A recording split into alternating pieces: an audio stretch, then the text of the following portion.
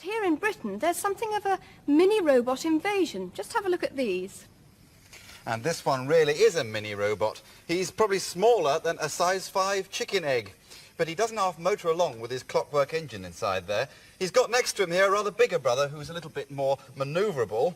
He's also quite a lot more noisy. He's battery-powered.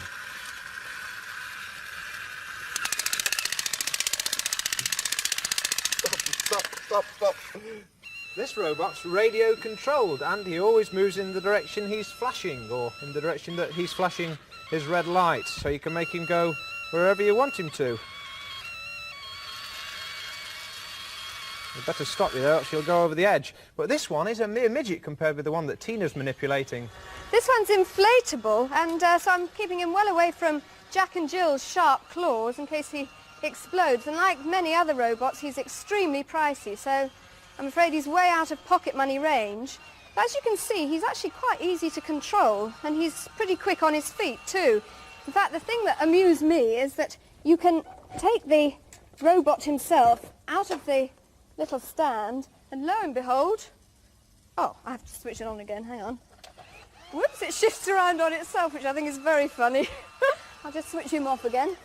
In case anyone's thinking he and his friends are just a pricey new gimmick for children, next month's issue of an electronics magazine includes details of a kit for making your own robot. And this is the kind of thing you should end up with. Whoops. I'll get there.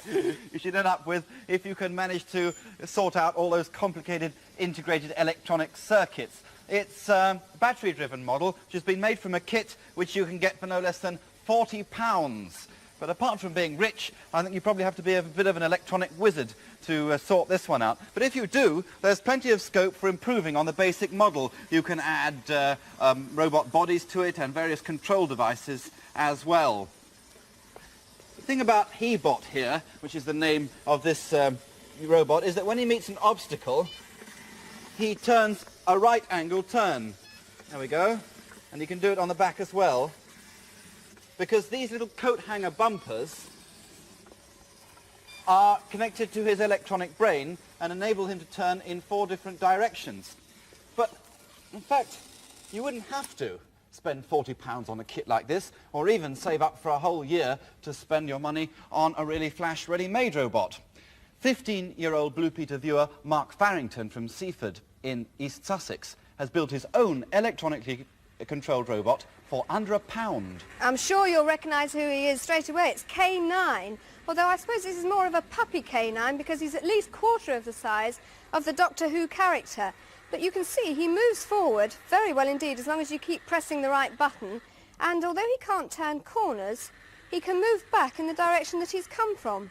And he can talk too. I not only possess a cannon and an infrared guidance system, I am also a mobile computer as well, with an IQ of over 300. Cool, that's pretty high, isn't it? If you were watching Blue Peter this time 2 years ago, you may remember that we had the real K-9 here in the television studio, and in fact, it was his first ever television appearance outside of the Doctor Who studio, and we're very pleased to welcome him onto Blue Peter to give his verdict on Mark's model. Welcome, K-9. Negative! Negative! You must not approach me.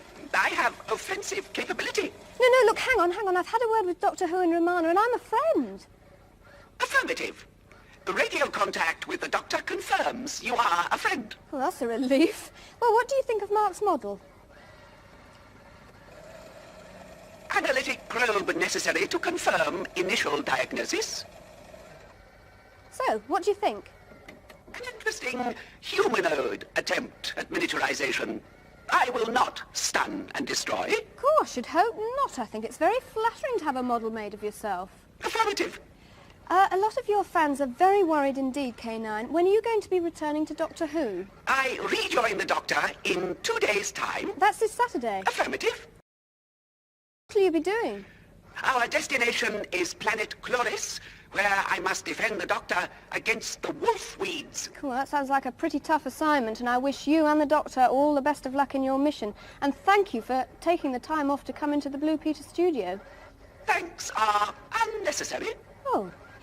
If you wouldn't mind just hanging on a minute, I'd like you to meet our dog, Goldie. In fact, she's never met an electronic dog before, so anything could happen.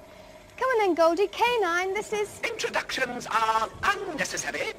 I have made contact with friend.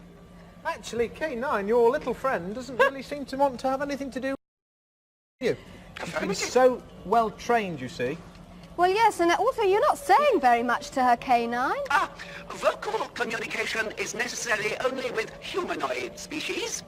K-9 species are far more intelligent and therefore need no such clumsy devices. He's saying some smashing things about you, Goldie. Yes, you really think you're the bee's knees, don't you? B. Terrestrial four-winged stinging social insect. All right, K-9, I give in. Logical? Coming, master. What's the matter? I am needed to assist the doctor. I must well, go.